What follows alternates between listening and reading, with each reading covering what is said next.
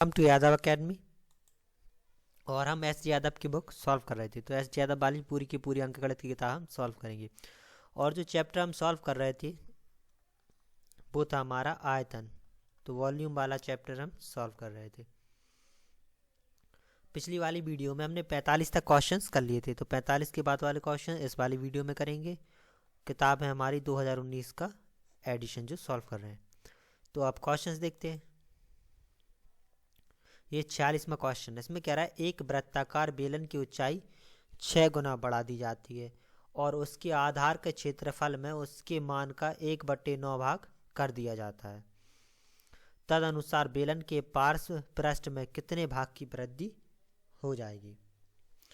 तो सबसे पहले जो हमारा बेलन था तो हमने माना जो बेलन की त्रिज्या थी, जो ओरिजिनल बेलन की त्रिज्या थी वो मान ली आर है, आर थी, और जो ऊंचाई थी वो मान ली हमने एच है। अब वो कह रहा है वृत्ताकार बेलन की ऊंचाई में 6 गुना की वृद्धि हो गई, तो जो नई ऊंचाई होगी वो 6 गुना बढ़ गई, तो ये 6h हो जाएगी। अब दूसरी बात उसने कही उसके आधार के क्षेत्रफल में उसके मान का 1/9 भाग कर दिया। तो जो नया आधार का क्षेत्रफल है, तो जो नया आधार का क्षेत्रफल है वो 1/9 है आधार के क्षेत्रफल का। तो जो आधार का क्षेत्रफल होता है सिलेंडर का, ये हमारा एक सिलेंडर होता है, ठीक है। तो ये रहता है इसके आधार का क्षेत्रफल। जो आधार का क्षेत्रफल होता है वो होता है हमारा पाई आर स्क्वायर। तो जो नया आधार का क्षेत्रफल होगा वो हो जाएगा हमारा पाई, रेडियस मान ली इसकी R2, तो R2 का स्क्वायर। तो ये हमारा 1/9 आधार का क्षेत्रफल हो जाएगा पाई आर स्क्वायर। ये पाई से पाई कट जाएगा, तो R2 बराबर हमारा आ जाएगा 1/3 R। तो जो हमारी नई त्रिज्या होगी वो आ जाएगी 1/3R, ठीक है। तो नई ऊंचाई आ गई 6h, नई त्रिज्या आ गई हमारी 1/3R। तो अब वो पूछ रहा है बेलन के पार्श्व पृष्ठ में कितने भाग की वृद्धि हो जाएगी। पार्श्व पृष्ठ का मतलब होता है हमारा वक्र पृष्ठ। तो वक्र पृष्ठ का जो क्षेत्रफल है उसमें कितने की वृद्धि हो जाएगी। तो जो नया वक्र पृष्ठ होगा पार्श्व पृष्ठ, इसका जो क्षेत्रफल होगा तो ये हमारा हो जाएगा पाई R2 स्क्वायर, इसका हो जाएगा 2πRh। तो जो वक्र पृष्ठ होता है वो होता है हमारा 2πRh, ठीक है, 2πRh2। तो ये 2π जो इसकी रेडियस है, नई रेडियस वो हो जाएगी 1/3R, और जो हाइट है इसे 6 गुना बढ़ा दी तो ये हो जाएगी हमारी 6h। तो ये कट जाएगा हमारा 2 बार, तो ये आ गया 2πRh इंटू 2। तो जो पुराना वाला वक्र पृष्ठ होगा वो था हमारा 2πRh, और जो नया है वो इसका 2 गुना हो गया, तो ये हो जाएगा 2 गुना। तो उसमें 2 गुना की वृद्धि हो जाएगी। अब इसमें कह रहा है एक बेलन की त्रिज्या 10 सेंटीमीटर, ऊंचाई 4 सेंटीमीटर है। तदनुसार उस बेलन की त्रिज्या और ऊंचाई में कितने सेंटीमीटर जोड़ा जाए जिससे उस बेलन के आयतन भी उतनी ही वृद्धि हो। तो सबसे पहले हमने माना जो त्रिज्या में वृद्धि की वो की हमने x सेंटीमीटर की, ठीक है। तो जब x सेंटीमीटर की वृद्धि करेंगे तो जो इसका आयतन होगा, और दूसरा जो उसके ऊंचाई में वृद्धि की, ऊंचाई में वृद्धि, तो वो भी हमने मान ली x सेंटीमीटर की। अब वो कह रहा है उसकी बेलन या त्रिज्या दोनों में से सिर्फ एक में वृद्धि करेंगे तो उतने ही सेंटीमीटर जोड़ा जाए तो बेलन के आयतन में भी उतने ही की वृद्धि हो जाएगी। यानी कि जो त्रिज्या है, त्रिज्या में x सेंटीमीटर की वृद्धि पर जो आयतन होगा वो हमारा बराबर है, जब हम ऊंचाई में x सेंटीमीटर वृद्धि करने पर होगा। तो ये दोनों बराबर हैं। जब त्रिज्या में 1 सेंटीमीटर की वृद्धि करेंगे तो जो आयतन होगा वो हो जाएगा पाई। अब जो रेडियस होगी वो हमारी हो जाएगी R+ का x, स्क्वायर इंटू में h।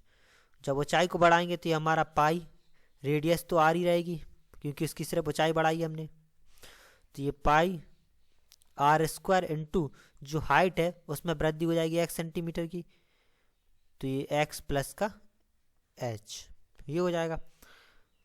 ये पाई से पाई कट जाएगा, सबकी वैल्यू रख देंगे। त्रिज्या है 10 सेंटीमीटर, ऊंचाई है 4, तो ये 10 प्लस का x का स्क्वायर हो जाएगा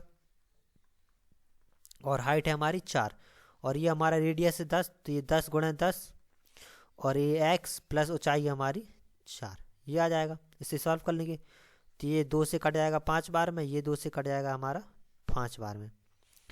स्क्वायर कर देंगे तो ये हमारा हो गया 100 प्लस का एक्स स्क्वायर प्लस का 20x, ए प्लस बी का होल स्क्वायर लगा दिया, ये हो जाएगा हमारा 25 ब्रैकेट में x प्लस का 4, तो ये हो गया 100 प्लस का एक्स स्क्वायर प्लस का 20x बराबर में है हमारा 25x और प्लस का 100, ये 100 से 100 कट गया, तो ये हमारा बच गया एक्स स्क्वायर प्लस का 20x बराबर में 25x। x कॉमन ले लिया तो ये बचा x प्लस का 20 बराबर 25x और इस x से ये x कट गया, तो x प्लस 20 बराबर आ गया 25, तो x बराबर हमारा आ गया 5, तो x आ गया 5, यानी कि जो उसकी ऊंचाई और जो त्रिज्या है उसमें अगर हम 5 सेंटीमीटर की वृद्धि कर देंगे तो जो आयतन है वो बराबर आएगा। इसमें कह रहा है 5 सेंटीमीटर अर्धव्यास तथा 10 सेंटीमीटर ऊंचाई वाले एक ठोस लंबवृत्तीय बेलन का संपूर्ण पृष्ठ क्षेत्रफल क्या हो। तो इसमें अर्धव्यास यानी कि जो अर्धव्यास का मतलब होता है त्रिज्या, त्रिज्या 5 सेंटीमीटर दी है, ऊंचाई 10 सेंटीमीटर दी है, तो हमें निकालना है उसका संपूर्ण पृष्ठ। तो जो संपूर्ण पृष्ठ होता है, संपूर्ण पृष्ठ का क्षेत्रफल होता है वो होता है 2 पाई आर ब्रैकेट में r प्लस का h, ठीक है। तो संपूर्ण पृष्ठ जो होता है वो होता है हमारा वक्र पृष्ठ यानी कि 2 पाई आर एच और प्लस का जो उसके ऊपर और नीचे के सिरे रहते हैं उसका वो होते हैं 2 pi r square, pi r square एक का होता है, 2 पाई आर स्क्वायर दूसरे का, तो ये हमारा हो जाता है 2 पाई आर कॉमन ले लेते तो ये हो जाता है आर प्लस का एच, तो ये होता है हमारा संपूर्ण वक्र पृष्ठ। इसमें 5 सेंटीमीटर त्रिज्या दी है और ऊंचाई दी है 10, तो वैल्यू रख देंगे तो ये 2 पाई इंटू 5 हो जाएगा और ये हमारा हो जाएगा रेडियस है 5, तो 5 प्लस 10 मल्टीप्लाई कर देंगे तो ये 10 पाई और ये दोनों जोड़ देंगे तो ये 15 हो जाएंगे, तो ये हमारा हो जाएगा 150 पाई, तो 150 पाई सेंटीमीटर स्क्वायर इसका संपूर्ण पृष्ठ हो जाएगा। तो जो संपूर्ण पृष्ठ होगा वो आ जाएगा 150 पाई सेंटीमीटर स्क्वायर। अब इसमें कह रहा है एक 7 सेंटीमीटर व्यास और उसकी ऊंचाई 16 सेंटीमीटर है, 22/7 मान का प्रयोग करते हुए उस बेलन के पार्श्वीय फलक का क्षेत्रफल कितना होगा। तो पार्श्वीय फलक का मतलब है वक्र पृष्ठ, तो जो हमारा पार्श्वीय फलक का क्षेत्रफल होता है यानी कि जो वक्र पृष्ठ का क्षेत्रफल होता है वो होता है 2 पाई आर एच, तो ये 2 गुणे 22/7 गुणे व्यास दिया है 7 सेंटीमीटर, तो जो त्रिज्या होगी वो हो जाएगी 7/2, ऊंचाई दी है हमारी 16, तो ये 16 हो जाएगी, 7 से कट जाएगा 2 बार में, ये हमारा 2 से 2 कट जाएगा, तो ये हो जाएगा हमारा 22 और गुणे 16, तो 22 और 16 का मल्टीप्लाई कर लेंगे तो ये हो जाएगा हमारा 352 सेंटीमीटर स्क्वायर, तो 352 सेंटीमीटर स्क्वायर इसका क्षेत्रफल होगा।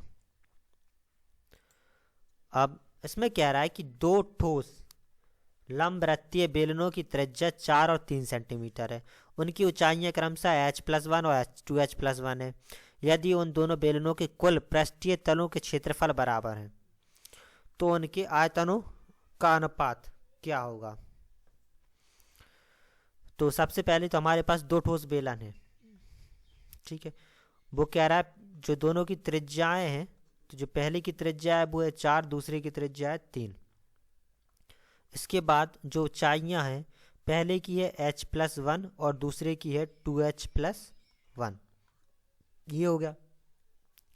अब वो कह रहा है दोनों के कुल पृष्ठीय तलों का क्षेत्रफल बराबर है, तो कुल पृष्ठीय क्षेत्रफल बराबर है, तो जो कुल क्षेत्रफल है पृष्ठीय क्षेत्रफल पहले का वो बराबर में है कुल पृष्ठीय क्षेत्रफल दूसरे के, तो जो कुल पृष्ठीय क्षेत्रफल होता है वो होता है हमारा 2 पाई आर, तो इसके लिए r1 और ये हमारा r1 प्लस का h1 हो जाएगा, तो 2 पाई r प्लस h होता है हमारा कुल पृष्ठीय क्षेत्रफल, दूसरे का हो जाएगा 2 पाई r2 R2 प्लस का H2, ये इसके लिए R1 त्रिज्या, इसकी R2, इसकी वो H1 हो जाएगी हाइट, ये R2 हो गया, ये हमारा H2 हो गया।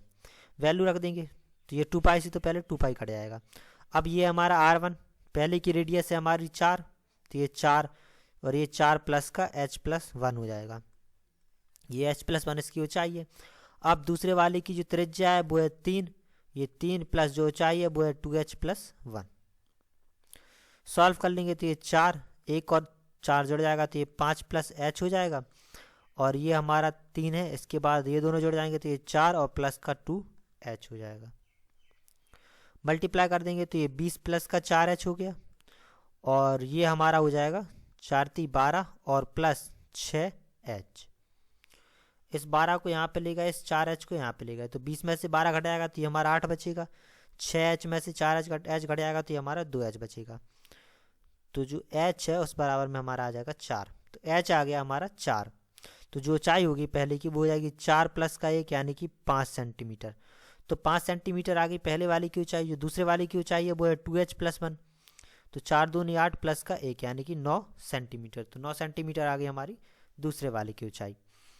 अब वो पूछ रहा है उनकी आयतनों का अनुपात, तो वो हमसे पूछ रहा है पहले का वॉल्यूम और दूसरे के वॉल्यूम का अनुपात। तो ये होता है हमारा पाई R1² H1², तो जो आयतन होता है पाई R²H, दूसरे के लिए हो जाएगा पाई R2² और H2², तो ये पाई से पाई कट जाएगा। जो पहले वाले की त्रिज्या आई थी वो थी हमारी 4 और जो ऊंचाई है वो है 5, तो ये हो जाएगा हमारा 4 × 4 और ये हो जाएगा हमारा 5। इसके बाद जो दूसरे की त्रिज्या है वो है हमारी 3 और ऊंचाई है 9, तो ये R² यानी कि 3 × 3 ऊंचाई है 9, तो 4 × 4 = 16, 16 × 5 = 80 हो जाएगा 80, और ये 9 और 9 9 81, तो ये हमारा आ जाएगा 81, तो 80:81, तो 80:81 का अनुपात इनके आयतनों का अनुपात है।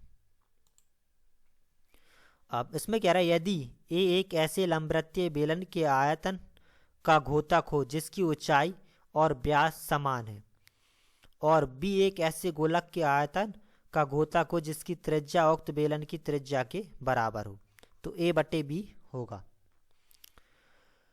तो सबसे पहले वो क्या कह रहा है, एक हमारे पास है बेलन, तो ये हो गया बेलन, दूसरा हमारे पास है एक गोलक, ठीक है, दो चीजें हैं अलग अलग। इसमें कह रहा है ए एक बेलन का आयतन है, तो जो पहले वाले का आयतन है वो है हमारे पास ए। अब उसके बाद कह रहा है जिसकी ऊंचाई और व्यास एक समान है, तो ऊंचाई और व्यास बराबर है, तो सबसे पहले तो हमने जो त्रिज्या है वो मान ली r, तो जो व्यास होगा वो हो जाएगा 2r, और जो इसकी ऊंचाई है वो बराबर में है व्यास की, तो ऊंचाई भी हो जाएगी हमारी 2r। अब गोलक को देखते हैं। इसके बाद वो कह रहा है बी ए गोलक का आयतन है, तो जो गोलक का आयतन है वो है हमारा b, और जो इसकी त्रिज्या है उक्त बेलन की त्रिज्या के बराबर है, तो जो इसकी त्रिज्या है वो बेलन की त्रिज्या के बराबर है, तो जो त्रिज्या होगी वो हमारी आ जाएगी r। तो अब पूछ रहा है A/B का मान क्या होगा, तो A/B का हमें मान निकालना है। तो सबसे पहले जो आयतन होता है बेलन का वो बराबर में होता है पाई R²H, आयतन है इसका A, ये पाई जो इसकी रेडियस है वो है r, तो ये R² जो इसकी हाइट है वो है 2r, तो ये हो जाएगा 2r। तो A बराबर में हमारा आ गया पाई 2πr3, ये आ गया E।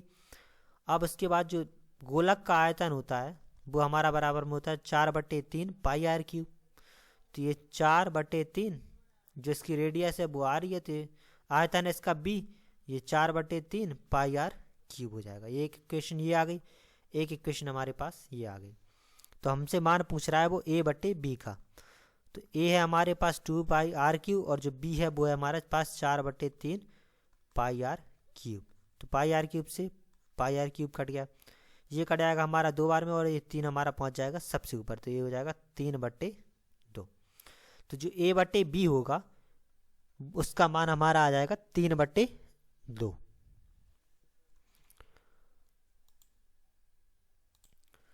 अब इसमें कह रहा है धातु की एक खोखली नली की आंतरिक त्रिज्या तथा मोटाई क्रमशः 24 सेंटीमीटर और 1 सेंटीमीटर है। उसे पिघलाकर उसी लंबाई के एक ठोस बेलन में डाला जाता है। तदनुसार उस बेलन का व्यास कितना होगा। ठीक है, तो सबसे पहले वो कह रहा है धातु की एक खोखली नली। तो धातु की एक खोखली नली है, तो ये हो गई एक खोखली नली, ये आ जाएगी इसकी खोखली नली। अब इसमें वो क्या कह रहा है, इसकी मोटाई है वो 1 सेंटीमीटर, आंतरिक त्रिज्या है 24, मोटाई है 1 सेंटीमीटर। तो ये यहाँ से यहाँ तक की त्रिज्या है हमारे पास 24 सेंटीमीटर, और ये जो मोटाई है ये हमारी है 1 सेंटीमीटर।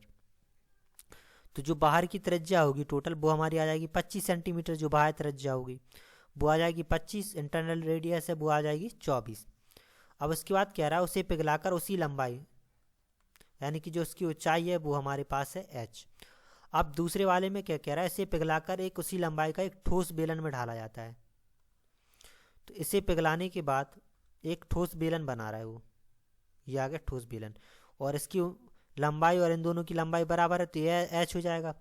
अब इसका जो व्यास है वो हमें निकालना है। तो रेडियस मान ली हमने इसकी r है, रेडियस इसकी मान ली हमने r3 है। ठीक है, जब इसे पिघलाकर इसे बना रहे हैं तो दोनों का जो वॉल्यूम होगा, दोनों का जो आयतन होगा वो बराबर होगा, यानी कि जो नली का आयतन होगा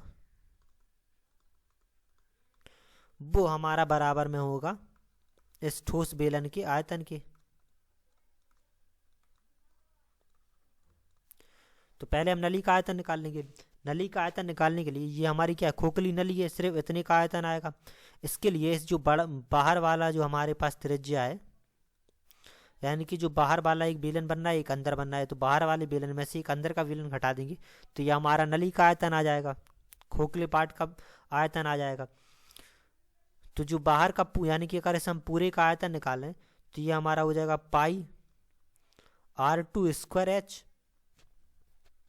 जी हमने रेडियस मान ली r2 बाहर वाले की, और अंदर वाले की मान ली जो इनर रेडियस है वो मान ली h, वो r1। इसमें से अंदर वाले की घटा देंगे तो पाई r1 स्क्वायर h, तो ये बराबर हो जाएंगे। और जो ठोस बेलन का आयतन होगा वो होगा हमारा पाई r3 स्क्वायर h। जो बाहर की रेडियस वो r2, अंदर की मान ली हमने r1। तो इसमें से पाई और h कॉमन आ जाएगा, तो ये बचेगा हमारा r2 स्क्वायर माइनस का r1 स्क्वायर, और बराबर में हो जाएगा पाई r3 स्क्वायर h। तो पाई और h से ये पाई और h कट गया, ये बचा r2 स्क्वायर माइनस का r1 स्क्वायर। तो r2 है हमारे पास 25, बाहर की त्रिज्या 25 से आएगी, और ये हमारे पास है 24। तो 25 का स्क्वायर माइनस का 24 का स्क्वायर बराबर में हो जाएगा r3 का स्क्वायर। तो इसमें a square minus b square लगा देंगे तो ये हो जाएगा 25 प्लस 24 a प्लस b और a माइनस b बराबर में हो गया r3 स्क्वायर। तो ये आ गया 49, ये आ गया 1 r3 स्क्वायर। तो जो r3 है वो बराबर में आ जाएगा 7 सेंटीमीटर।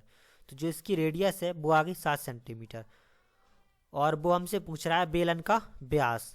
तो व्यास हमसे पूछ रहा है, तो व्यास होते हैं 2 गुणे त्रिज्या, तो ये 2 गुणे 7, तो ये हमारा आ जाएगा 14 सेंटीमीटर। तो इसका व्यास हो जाएगा 14 सेंटीमीटर। अब इसमें कह रहा है एक खोखले मोटे बेलनाकार धातु के नलके की लंबाई 6 सेंटीमीटर है, उसके सिरों के पृष्ठ सहित उसका कुल पृष्ठ क्षेत्रफल 98 पाई वर्ग सेंटीमीटर है। तदनुसार यदि उसका बाह्य व्यास 8 सेंटीमीटर हो तो उसके आंतरिक व्यास कितना होगा। तो एक खोखला मोटा बेलन का नलका है, ये हो गया हमारा खोखला है ये हमारा।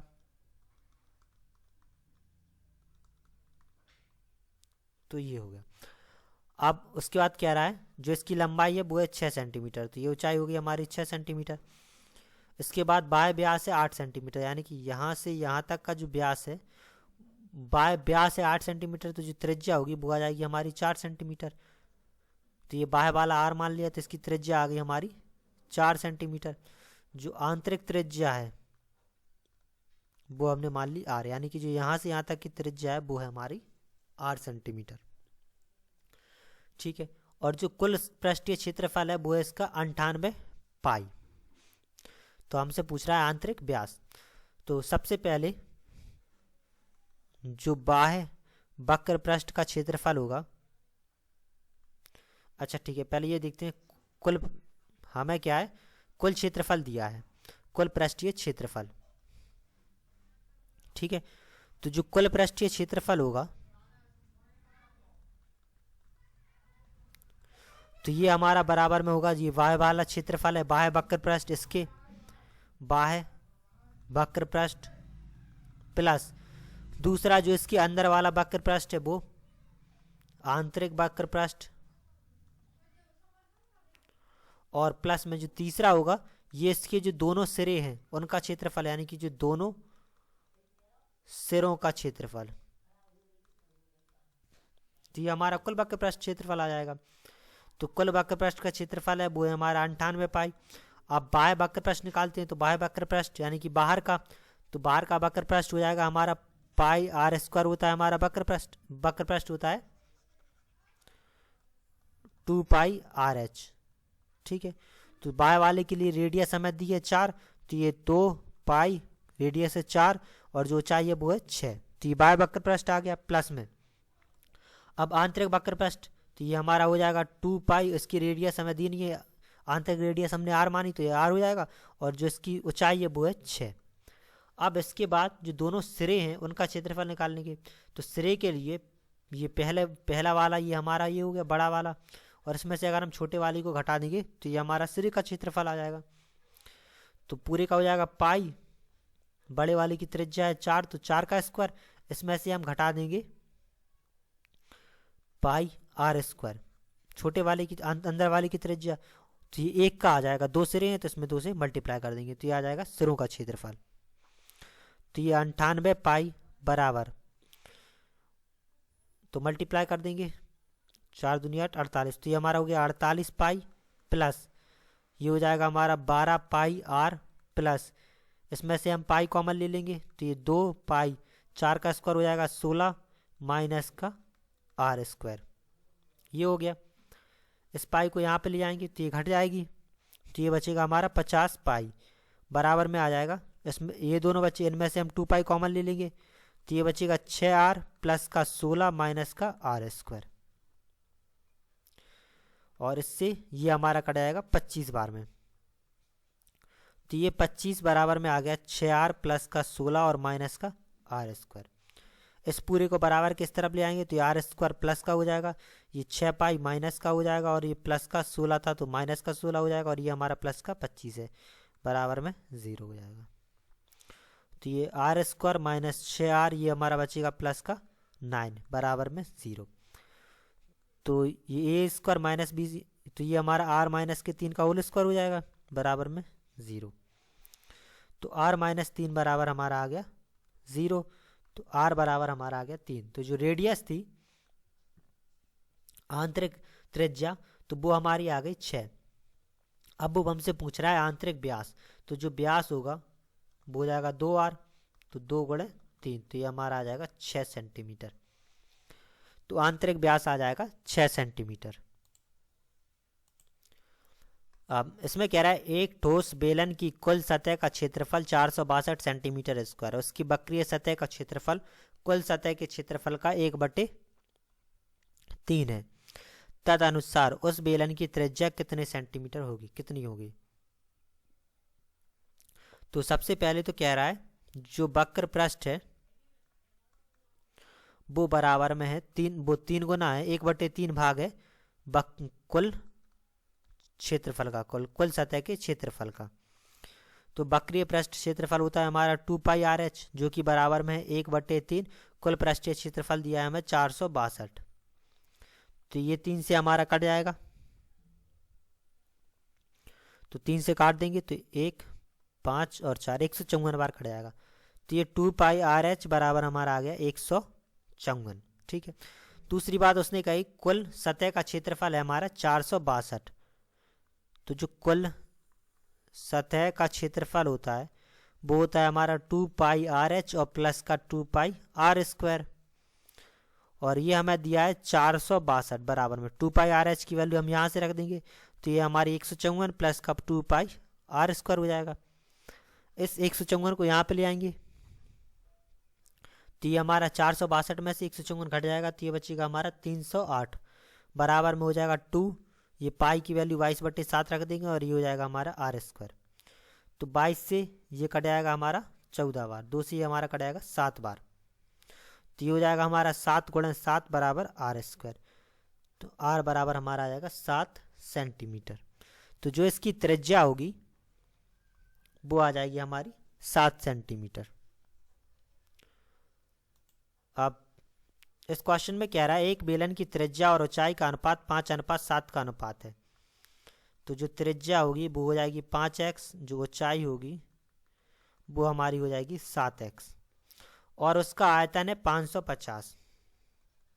तो जो आयतन होता है वो होता है हमारा πr²। आयतन दिया है हमें 550, तो ये 22/7 गुणे जो त्रिज्या है वो है 5x, तो ये 5 × 5x गुणे 5x हो जाएगी, और ऊंचाई है 7x, तो ये हमारी 7x हो जाएगी।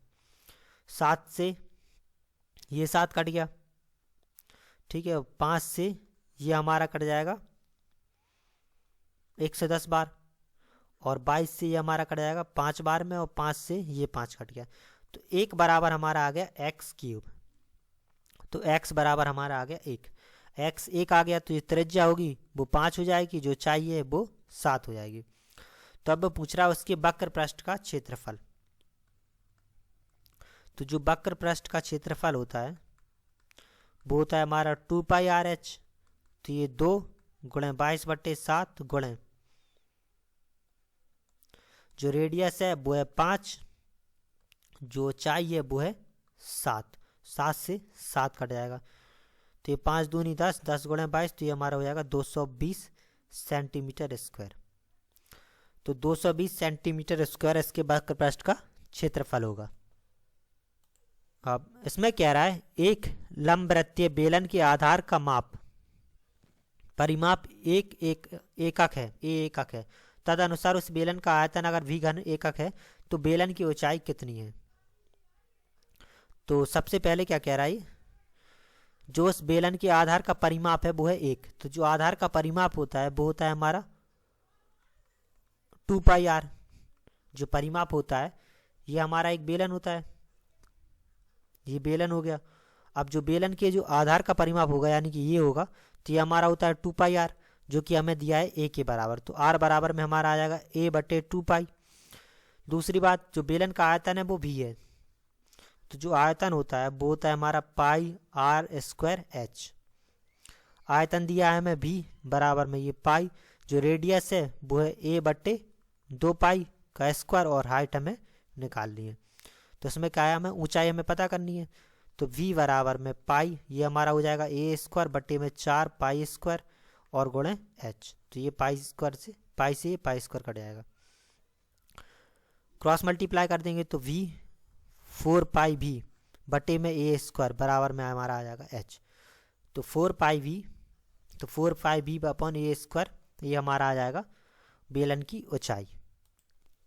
इस क्वेश्चन में कह रहा है एक धातु की एक पाइप 21 सेंटीमीटर लंबी और उसका बाहरी व्यास 8 सेंटीमीटर है। यदि पाइप की मोटाई 1 सेंटीमीटर है, धातु का भार 8 ग्राम पर सेंटीमीटर क्यूब, तो पाइप का भार कितने किलोग्राम में है। तो एक हमारे पास धातु की पाइप है, तो ये हो गई हमारी धातु की पाइप। इसके बाद वो कह रहा है 21 सेंटीमीटर लंबी है, तो जिसकी ऊंचाई है वो है 21 सेंटीमीटर। दूसरी बाहरी व्यास है 8 सेंटीमीटर, तो जो बाहर का व्यास है वो 8 सेंटीमीटर, तो त्रिज्या होगी वो हो जाएगी 4 सेंटीमीटर। तो ये हमने r मान ली। और जो मोटाई है वो है 1 सेंटीमीटर, तो जो मोटाई है वो है 1 सेंटीमीटर, तो जो अंदर की त्रिज्या होगी वो हो जाएगी हमारी 3 सेंटीमीटर। ठीक है, तो अब हमें निकालना है पाइप का भार। तो सबसे पहले तो हम वॉल्यूम निकाल लेंगे इसका। तो जो आयतन होगा, तो इस पूरे बड़े वाले में से छोटे वाले को घटा देंगे, तो पाई आर स्क्वायर एच माइनस का पाई आर स्क्वायर एच हो जाएगा इसका आयतन। तो इसमें से पाई और एच कॉमन ले लिया, तो ये आर स्क्वायर माइनस का आर स्क्वायर हो जाएगा। तो ये 22/7, एच है 21, और जो आर है वो है हमारा 4 माइनस 4 का स्क्वायर माइनस का 3 का स्क्वायर। 7 से ये कट गया 3 बार में, तो ये हो गया 22 गुणा 3, और ये हमारा हो जाएगा 16 माइनस का 9, तो ये हो गया 66 गुणा, घटा देंगे तो ये हमारा आ जाएगा 7, और 66 और 7 का मल्टीप्लाई कर लेंगे, तो मल्टीप्लाई करने पे ये हमारा हो जाएगा 462 सेंटीमीटर क्यूब। तो जो आयतन है वो आ गया हमारा 462 सेंटीमीटर क्यूब। अब वो कह रहा है धातु का भार 8 ग्राम प्रति सेंटीमीटर क्यूब है। तो जो 1 सेंटीमीटर क्यूब का भार है वो है हमारे पास 8 ग्राम कह रहा है। तो जो 462 सेंटीमीटर क्यूब का भार होगा वो हो जाएगा 8 गुणा 462 ग्राम। तो 8 का ये 462 ग्राम, तो 8 का और 462 का मल्टीप्लाई कर लेंगे तो ये हमारा आएगा 3696 ग्राम। तो 3696 ग्राम आ गया। वो पूछ रहा है हमसे किलोग्राम में, तो 3696 और बट्टे में हो जाएगा 1000, तो ये 3.696 किलोग्राम हो जाएगा। तो 3.696 किलोग्राम इसका पाइप का भार आ जाएगा। अब अगले क्वेश्चन में वो कह रहा है कि एक बेलन के वक्रीय पृष्ठ और कुल पृष्ठों के क्षेत्रफल का अनुपात 1:2 है। तदनुसार यदि उस लंबवृत्तीय बेलन के कुल पृष्ठ का क्षेत्रफल 616 सेंटीमीटर स्क्वायर है तो उसका आयतन कितना होगा। तो जो वक्रीय पृष्ठ और कुल पृष्ठ का क्षेत्रफल का अनुपात है वो है 1:2। तो ये हमारा हो गया वक्रीय पृष्ठ, दूसरा हमारे पास है कुल पृष्ठ। तो इन दोनों का जो अनुपात है वो है 1:2 का अनुपात। तो जो वक्रीय पृष्ठ अगर x होगा तो जो कुल पृष्ठ है वो हमारा होगा 2x, और जो कुल पृष्ठ क्षेत्रफल है वो हमें दिया है 616। तो जो कुल पृष्ठ है वो हमें दिया है 616, यानी कि जो 2x है, तो जो 2x है वो हमें बराबर में दिया है 616 के, तो x बराबर में हो जाएगा हमारा 308 के। तो ये बराबर में हो जाएगा हमारा 308। ठीक है, तो जो वक्रीय पृष्ठ का क्षेत्रफल होगा वो हमारा आ जाएगा 308, कुल पृष्ठ का क्षेत्रफल है हमारे पास 316। तो जो कुल पृष्ठ क्षेत्रफल होता है वो होता है 2 पाई आर एच प्लस का 2 पाई आर स्क्वायर। कुल पृष्ठ का क्षेत्रफल है 616, पाई आर 2 पाई आर एच ये हमारा होता है वक्र पृष्ठ, और ये इसकी वैल्यू दी है हमें 308, और प्लस में हो जाएगा 2 पाई आर स्क्वायर। ये वक्र पृष्ठ होता है हमारा 2 पाई आर एच, तो ये बराबर में होगा 308 के, ये वैल्यू यहाँ पे रख दी। इसे यहाँ पे ले आएंगे, घटा देंगे तो ये हमारा बचेगा 308 बराबर में हो जाएगा 2 इंटू 22/7 और इंटू में हो जाएगा आर स्क्वायर। 22 से ये कट जाएगा हमारा, तो ये हमारा कट जाएगा 14 बार, और 2 से ये हमारा कट जाएगा 7 बार। तो ये 7 गुणे 7 बराबर में आ गया आर स्क्वायर। तो आर बराबर हमारा आ गया 7 सेंटीमीटर। तो जो त्रिज्या है वो हमारी आ गई 7 सेंटीमीटर। अब हम ऊंचाई निकाल सकते, तो इस वैल्यू में रख देंगे। तो जो 2 पाई आर एच है जो वक्र पृष्ठ है वो हमारा बराबर में है 308 के। ये त्रिज्या हमारी निकल आई, इसकी वैल्यू रख देंगे तो ये 22/7 गुणा 7 और गुणा में हो जाएगा h बराबर में 308। तो ये 7 से ये 7 कट गया, 22 से ये कट गया हमारा 14 बार, ये 2 से कट गया 7 बार। तो जो हाइट है वो आ गई हमारी 7 सेंटीमीटर। रेडियस आ गई हमारी, हाइट निकल आई, तो वॉल्यूम निकाल सकते पाई आर स्क्वायर एच से। तो ये पाई 22/7 हो जाएगा, रेडियस 7 है तो ये 7 गुणा 7, ऊंचाई भी हमारी 7 है,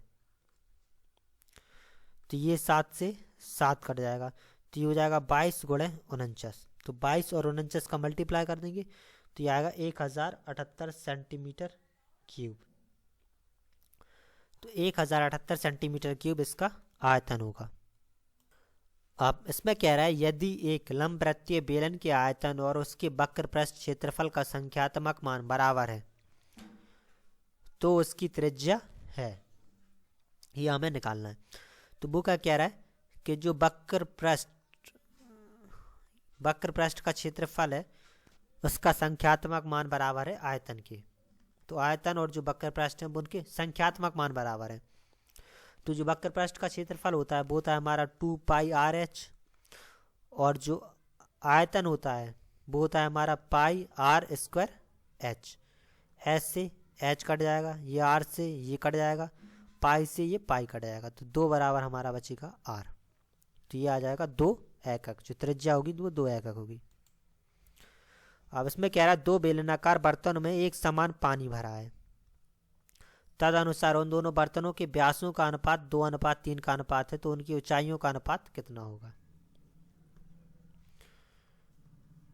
तो 2 बेलनाकार बर्तन है, उनमें एक समान पानी भरा है, तो यानी कि दोनों का जो आयतन है वो बराबर होगा। अब जो व्यासों का अनुपात है वो है 2:3, तो जो त्रिज्याओं का अनुपात होगा वो भी हमारा 2:3 होगा। तो जो पहले की त्रिज्या होगी वो 2x होगी, तो तीसरे की हो जाएगी हमारी 3x, और जो ऊंचाई है पहले की वो मान ली h1, दूसरे की हो जाएगी हमारी h2। ठीक है।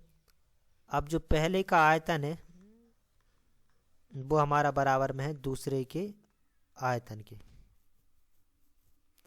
तो पहले का आयतन है वो हो जाएगा हमारा पाई आर स्क्वायर यानी कि 2x का स्क्वायर इंटू h1, दूसरे का हो जाएगा पाई आर स्क्वायर यानी कि 3x का स्क्वायर और गुणा में h2।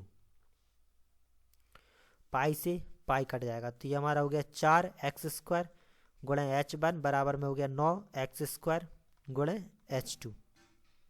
एक्स स्क्वायर से एक्स स्क्वायर कट गया, तो 4h1 बराबर में आ गया 9h2, तो h1 अपॉन h2 बराबर में हो गया हमारा 9/4। तो जो h1 और h2 का अनुपात होगा वो आ जाएगा 9:4, तो इनका अनुपात आ जाएगा हमारा 9:4 का अनुपात। ठीक है। तो इस वाली वीडियो में इतने ही क्वेश्चंस, आगे के क्वेश्चंस हम अगली वाली वीडियो में करेंगे। Thank you.